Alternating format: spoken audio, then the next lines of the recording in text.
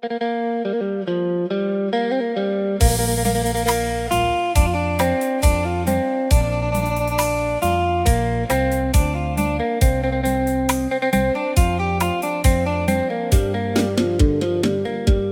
ព្រេងវាសនាបណ្ដាលឲ្យបានជួបស្រីចិត្តសែនភក្តីរូបស្រីពេកពិត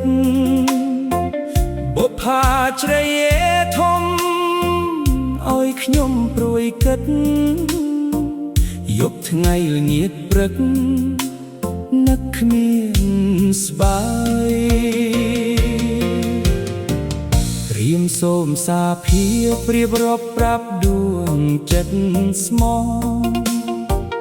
វត្តសំពើមាចាំពីខ្ញុំឆ្លើយខ្ញុំពិតស្មោះស្រីគ្មានថ្ងៃប្រែឡើយមេឃដីសូមជួយធ្វើប្រឹក្សាបុប្ផាជ្រៃធំសូមផ្ញើដួងចិត្តសូមស្រីអាណិតបងផងណាខ្យល់អើយសូមជួយអន្តងចិន្តាឲ្យស្រីព្រមមេត្តាស្នេហាមកលើរូបខ្ញុំ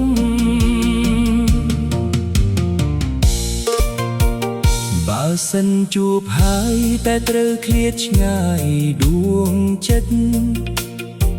ក្នុងមួយជីវិតខ្ញុំពិតក្រៀមក្រំសូមអស់ទេវតាសូមជួយផ្សំគុំស្រីហើយនឹងខ្ញុំ